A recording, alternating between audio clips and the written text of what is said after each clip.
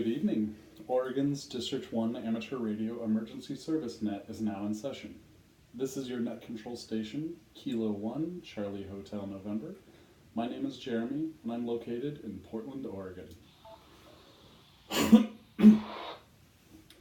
This net meets daily from 7:30 to 8 p.m. local time for the purpose of preparation and coordination of District 1 ARES communication in the event of an actual emergency. During an actual emergency, you would be directed to check in with your local county ARES net.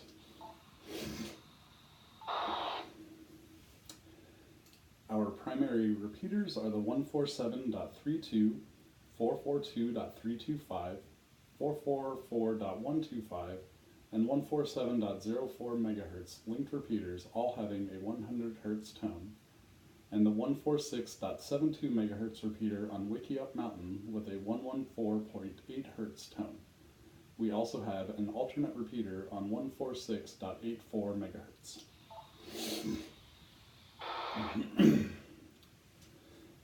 All stations are reminded that on linked repeater systems, please wait for the squelch tail of the repeater to complete before keying up. Also, key up and wait a second before talking to allow repeater links to complete.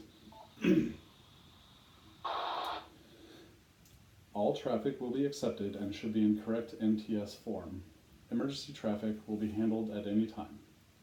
Stations are asked to check in with their call sign indicating if they have traffic, contacts, or other business for the net. Traffic should be listed when acknowledged by net control.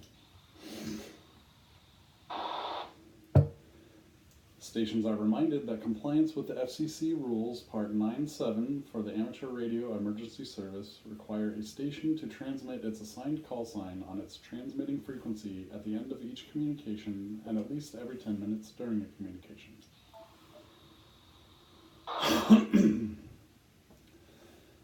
Stations representing emergency groups or agencies should state their affiliation. You are encouraged to register with your county ARES unit, but any station may check into this net. Stations are reminded that the Oregon ARES District 1 has a website at oregonaresd1.us. The ARES District 1 net is now open for any stations with traffic, contacts, or other business for the net.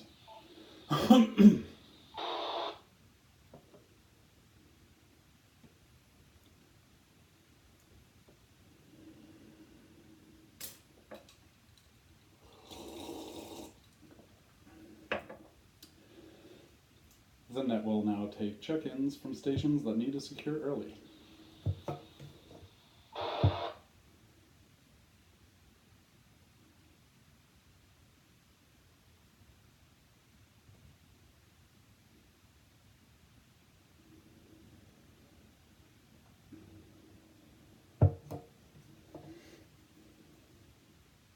One more call for check-ins or for stations that need to secure early. Am I getting through?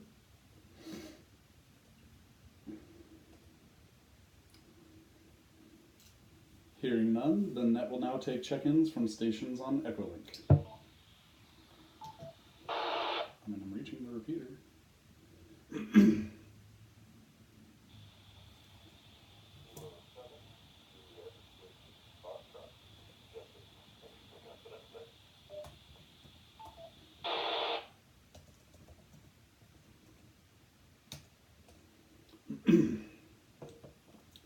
The net recognizes Kilo 7, Juliet Whiskey Foxtrot, and no problem. Thank you for the opportunity.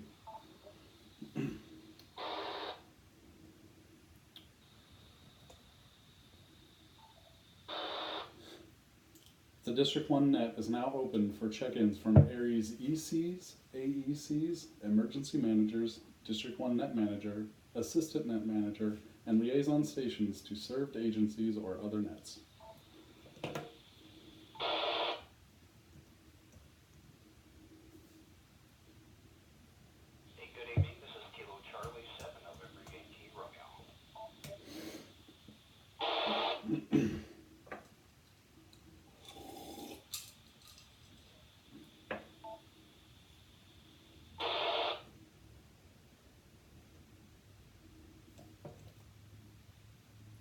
The net recognizes Kilo Charlie 7, November Yankee Romeo. Thank you for checking in. The net will now take check-ins from District 1 net controls and alternate net controls. Good evening, Jeremy. This is Whiskey Zero Delta Sierra Foxtrot Mobile. Kilo Echo Sierra India November. Alex, alternate net control. Kilo Charlie 7, Mike handheld.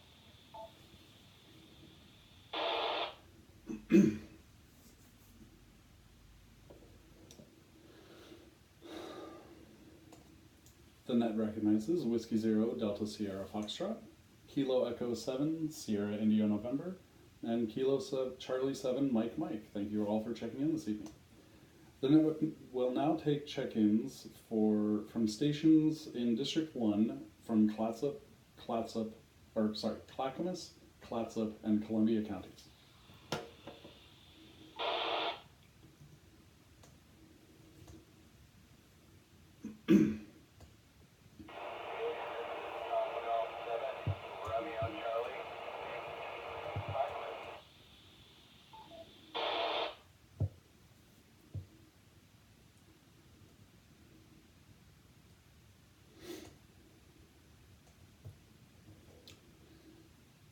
The net recognizes Alpha Golf 7 Romeo Charlie. Thank you for checking in. Do we have any other stations in Clackamas, Clatsop, or Columbia County? Please come now with your call sign.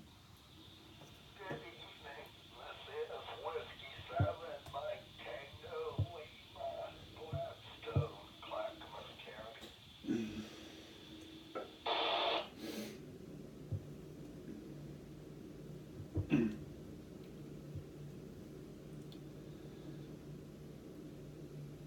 The net recognizes Whiskey 7 Mike Tango Lima. Thanks for checking in. The net is now open for check-ins from stations in Multnomah and Tillamook County. Kilo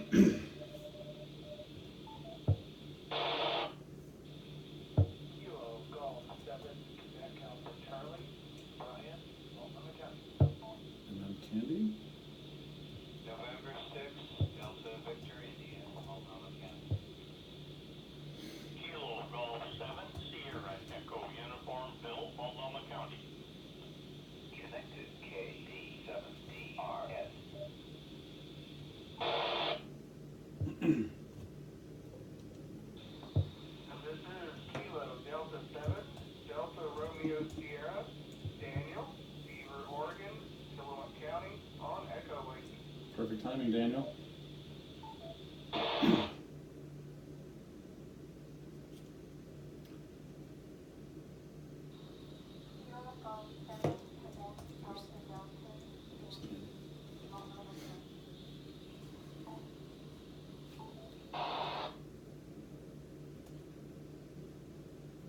Okay, let's go ahead and hold up right there for just a moment. The net recognizes Kilo Golf 7, Quebec Alpha Charlie, November 6, Delta Victor India, Kilo Golf 7, Sierra Echo Uniform, Kilo Delta 7, Delta Romeo Sierra, and good timing, or you're maybe hearing on a different frequency and talking on a different one, but otherwise, perfect timing, Daniel. And Kilo Golf 7, Quebec Alpha Delta. Do we have any more check-ins for Tillamook or Multnomah counties?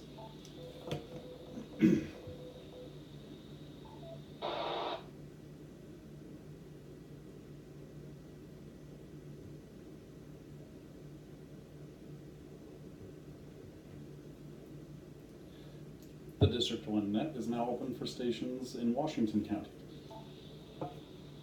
Good evening, Jeremy. This is Kilo Foxtrot 7, Papa Delta Lima.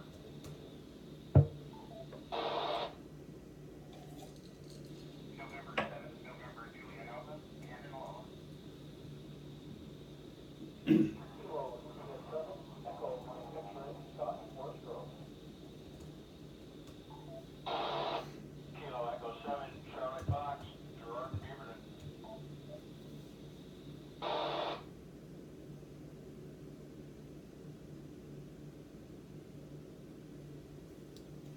Okay, we'll go ahead and stop right there for a moment. The net recognizes Kilo Foxtrot 7, Papa Delta Lima, November 7, November Juliet Alpha, Kilo India 7, Echo Mike X-Ray, Kilo Echo 7, Charlie Fox, and there was a double in there with Echo Mike X-Ray. Station calling, can you please try again?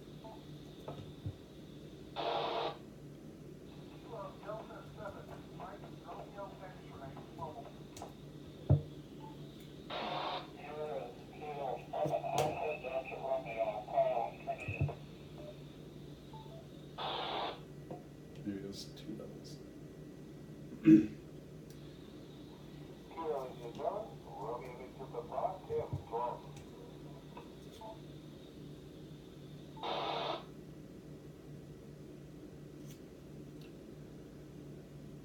The net recognizes Kilo Delta 7, Mike Romeo X-Ray, Kilo 7, Alpha Delta Romeo, and Kilo India 7, Romeo Victor Papa. Any more stations from Washington County?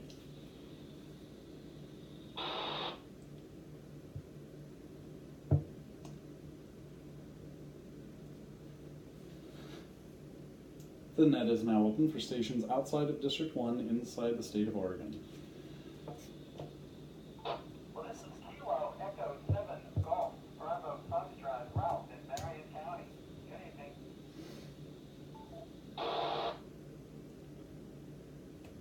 evening.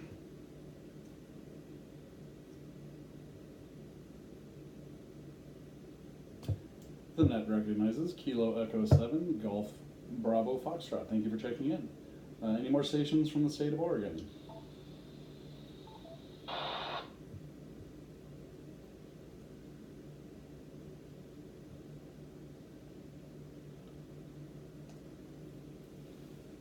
The net will now take check-ins from the state of Washington.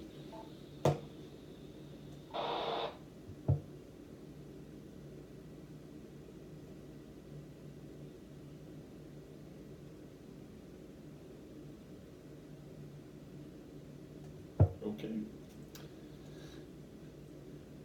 The District 1 net will now take check-ins from any location or any stations with traffic, contacts, or other net business.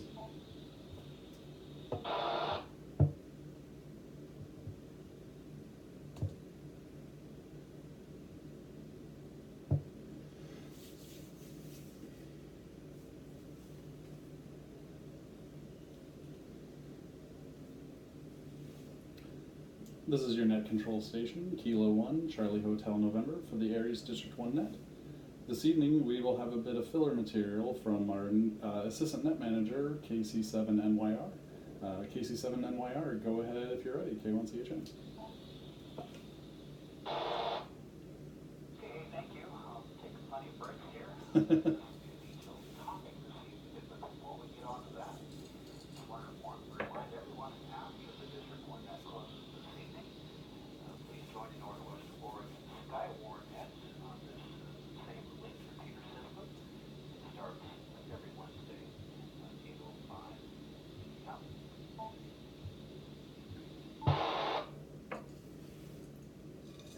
So there's so many aspects to share information about amateur radio, some about emergency communications, others based on antenna theory. There's a lot of topics. And one of the topics that affects all of us is radio signal path losses. So I'm going to share a little bit and get this started, and we can always pick it up on another net forward. So radio signal path losses. So the intensity of the radio waves and all electromagnetic waves diminishes with distance. Many reasons for this affect radio propagation. Radio path loss is a key factor in the design of any radio communication system or wireless system. It is in fact that any radio signal will suffer attenuation when it travels from the transmitter to the receiver. A variety of different phenomena give rise to this radio path loss. So understanding what causes radio path loss enables any system to be designed to perform its best despite the various issues affecting it. Before I move on, a quick comment. I know that not have outdoor antennas. Some of us have restrictions. Others have buildings blocking our path, and it's my case. So I found a lot of these points very interesting, so I hope everyone enjoys that. So how does the radio path loss affect systems? The radio path loss will determine many elements of radio communication systems, in particular transmitter power. The antennas are supposed to their gain, height, general location. This is true for whatever frequency is used. To be able to plan the system, it's necessary to understand the reasons radio path for the actual radio path loss and for able to determine the levels of signal loss for a given radio path.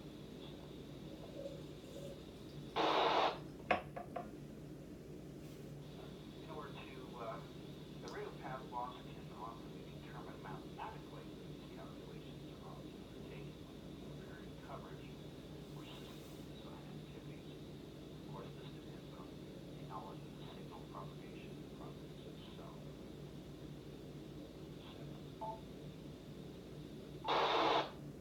So I would run a lot of these points kind of a refresher for some of the stuff we probably took on a test, but this is a little bit more detailed. So the signal loss is essentially the reduction in power density of the electromagnetic wave or signal that propagates in the environment in which it's traveling.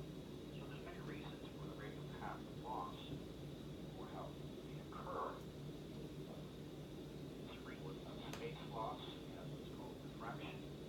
We also have multipath. We also have absorption losses. And absorption losses can be, for instance, buildings and walls, atmospheric moisture, and so forth. So we'll go to the top of the list. Free space loss occurs as the signal travels through space without any other effects attenuating the signal, in which it will diminish as it spreads out. This can be thought of as radio communication signals spreading out as ever increasingly severe.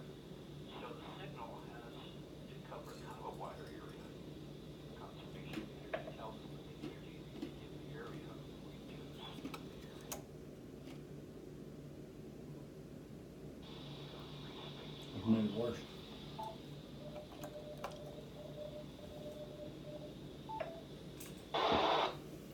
During articles, you'll bump into a word called diffraction. And diffraction of the radio signal path loss is due to diffraction, which occurs when any object appears in the path. The signal can diffract around the object, but losses occur. So the loss is higher the more rounded the object. And I found that interesting. Also, the radio signals tend to diffract better around sharper edges that are sharp with respect to the wavelength of the signal. So, and the next item is multipath. In a real terrestrial environment, signals will be reflected as they reach the receiver via a number of different paths. These signals may add or subtract from each other depending upon the relative phases of the signals. The receiver is moved, and the scenario will change, and the overall received signal will be bound vary with position.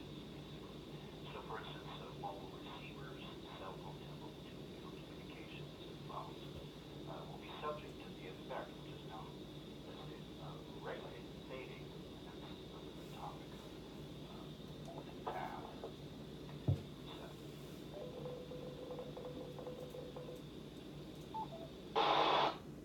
And the next area is absorption losses occur if the radio signal passes into a medium in which it's not totally transparent to the radio signal.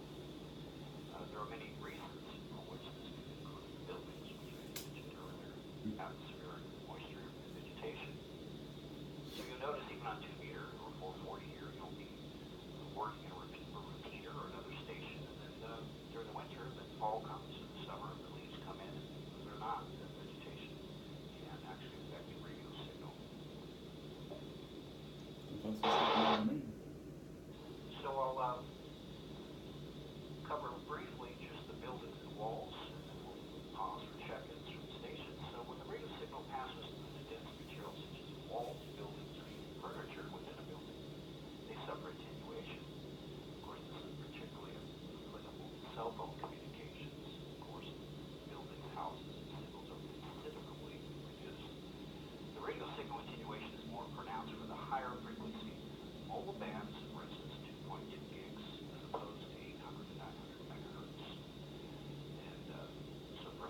microwave communication like well, mesh network, line of sight has to be line of sight. It could be a tree away, it won't work, so we have to consider that.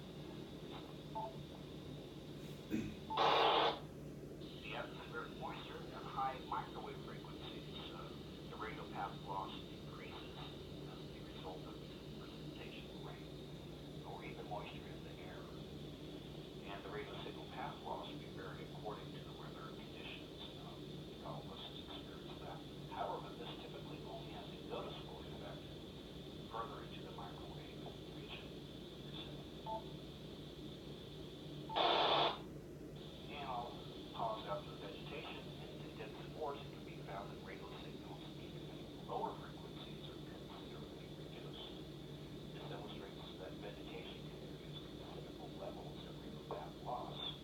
Trees, foliage can continue a radio signals particularly into white. And I'll pause here and give it back to net control. This is KC7NYR. Thank you for that, KC7NYR. The net is now open for check-ins, from any station with traffic, contacts, other business for the net, or late check-ins. I don't booked up. Kilo 5, Victor Papa. No traffic.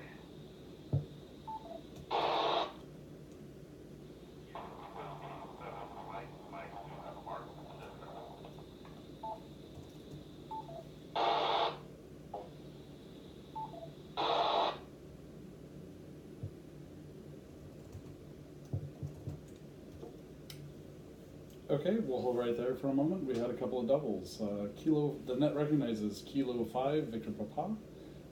Whiskey 7, Mike Zulu. If that isn't correct, please let me know. And we had two stations in there who doubled. Can you please come again with the call sign?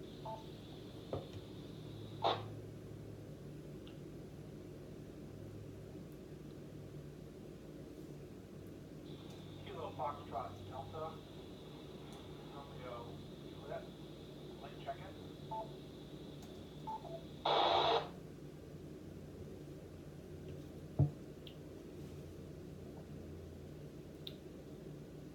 The net recognizes Kilo, Foxtrot, Delta, Romeo, Juliet. I think there's a number missing in there. Can you come back with that, please? Yes, my mistake. Kilo Juliet 7, Foxtrot Romeo Delta. Thank you for the clarification.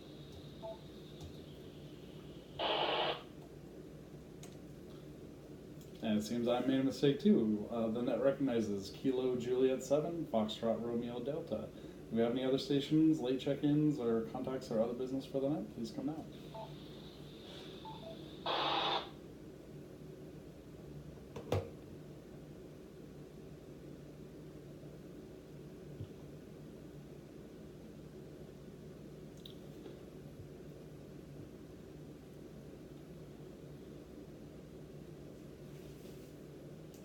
Are there any questions for KC7NYR on his topic, or any announcements or anything people would like to bring to the net?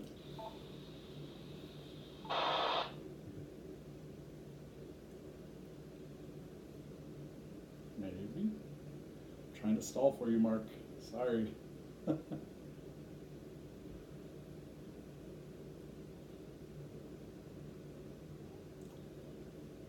Okay, hearing none. KC7NYR, do you want to continue on your filler material?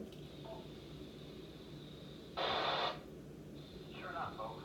Keep a few more minutes. This coming as the radio path loss basics that basically covers thus far. Free space loss, diffraction, mold path, absorption losses, building vegetation. The next area I'd like to cover is terrain. The terrain over which the signal travels will have a significant effect on the signal. Obviously hills which comes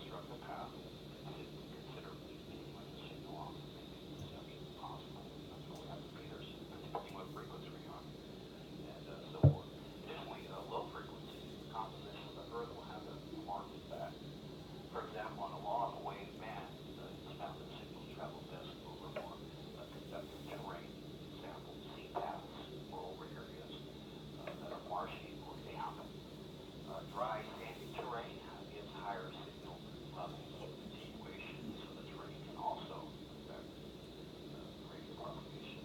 Very interesting.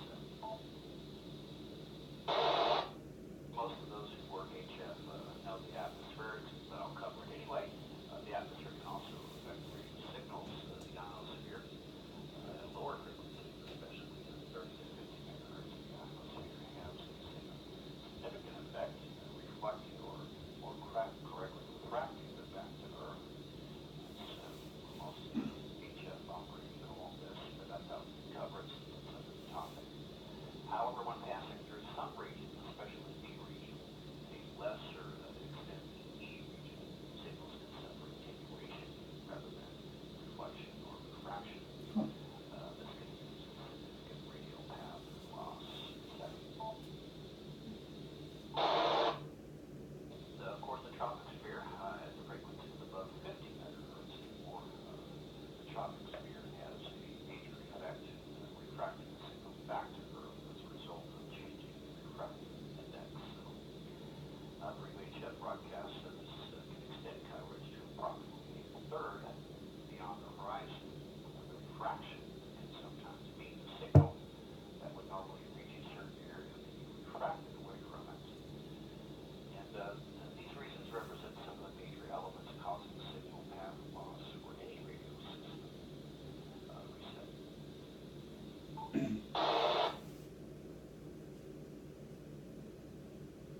And of course, this could be a very exhaustive, detailed mathematical equation if you want to predict radio path loss. I'll go ahead and stop at that point. There are two ways to do it. I won't go into all the details. There's a statistical method, the deterministic approach, which we use probably more in our hobby, reset.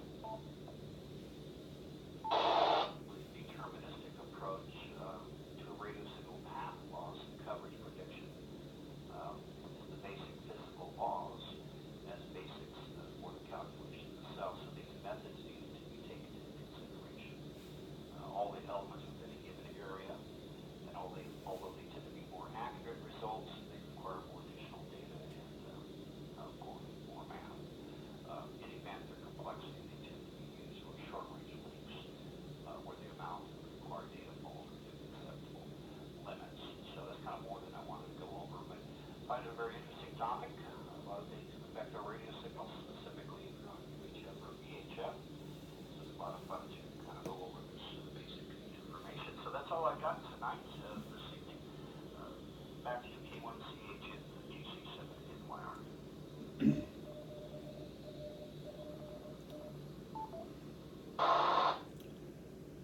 Thank you for that, Mark. That is some very interesting stuff.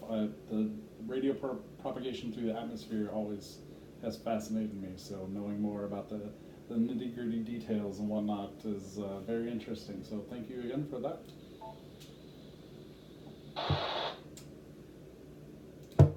The net will now take one last call for check-ins, contacts, or other business for the net. Please come net.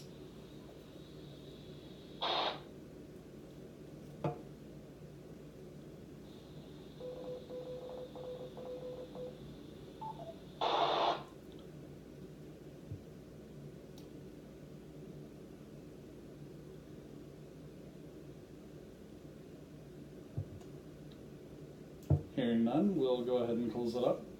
So the ARES District 1 net is now closed at 7:59 p.m. This net operates through the courtesy of the Amateur Radio Relay Group Incorporated. We thank all stations who participated and those who stood by to give us a clear operating frequency. This is Kilo 1, Charlie Hotel November, returning the frequency to normal amateur use after passage of one piece of traffic.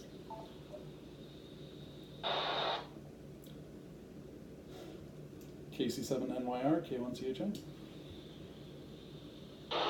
KC7NYR, go ahead. So I'm not sure if you saw my question I emailed you earlier, but on your template you gave me, there were two numbers after check-ins. One is the total and the other is early outs. Is that what that is? Actually, one of them is for the check-in,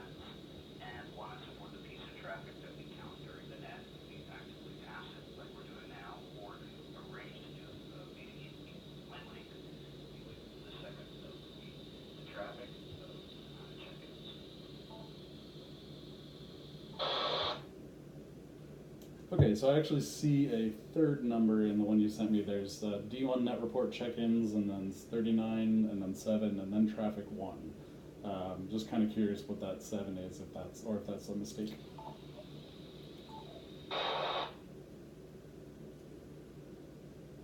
Okay, well, you are on the 704, right? Repeater, so it's going to drop, you also got a 10. But I can explain. In basics, at the very top is your number, message number. Oh, President of how exposed to ARES, your call sign.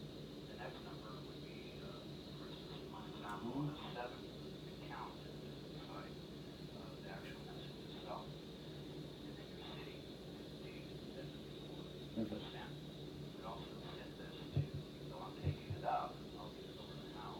You can send it to the oh, would be received report. You could have what's called a break, and then what follows the break is the District 1 net report check-in number, and I know it's actually a typo, so excuse me.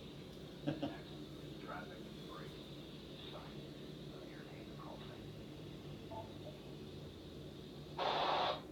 okay, gotcha. It was a typo. Yeah, I when you said the number of words, I was like, oh yeah, they are the same number. So, cool. Give me just 1 second to count all this stuff up, and I'll be right with you.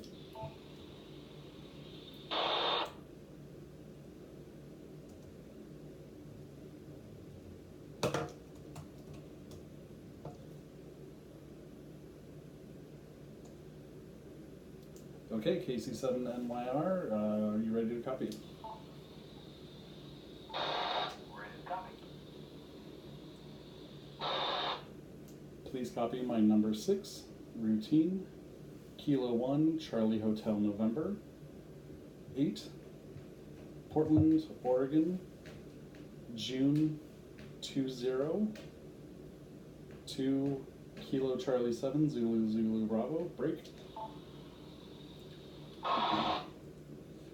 Mixed group Delta 1, net report, check-ins, figures 2, 3, traffic, figures 1, break. Jeremy, Kilo 1, Charlie Hotel November, how copy? Okay, got you in there. I copy your number 6. Okay, it's almost time for the next one. Hey, great job. You did wonderful this evening. Do appreciate you stepping in there, and we look forward to hearing you on soon. 73, stand by for the Sky 1, KC7 and WAR. Thank you as well. K1CHN, clear. Real quick, guys, I recommend putting a date on the report for when that was for, since Al's out of the area.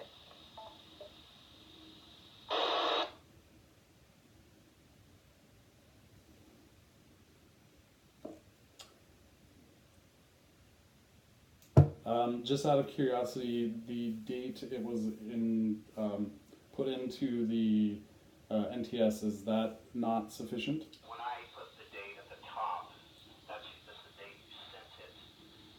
Is that not appropriate? Or should you add the date to the interior part of the message itself? Well, the way Cal has people do it, they put the date within the body of the message as well.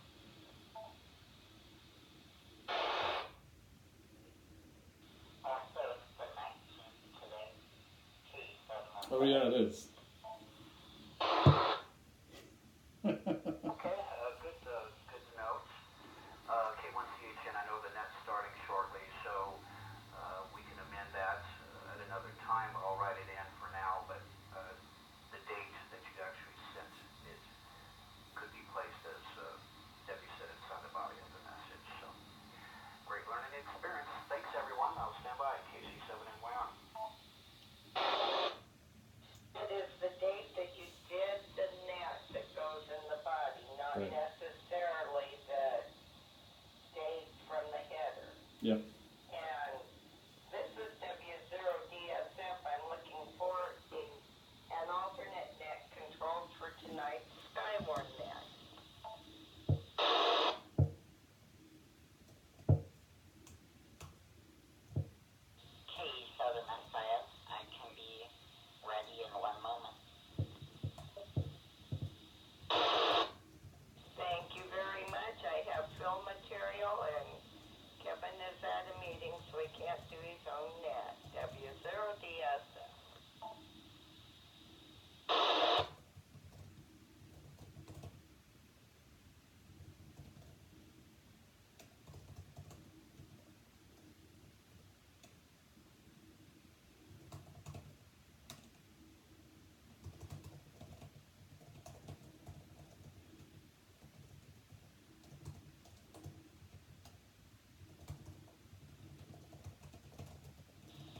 committee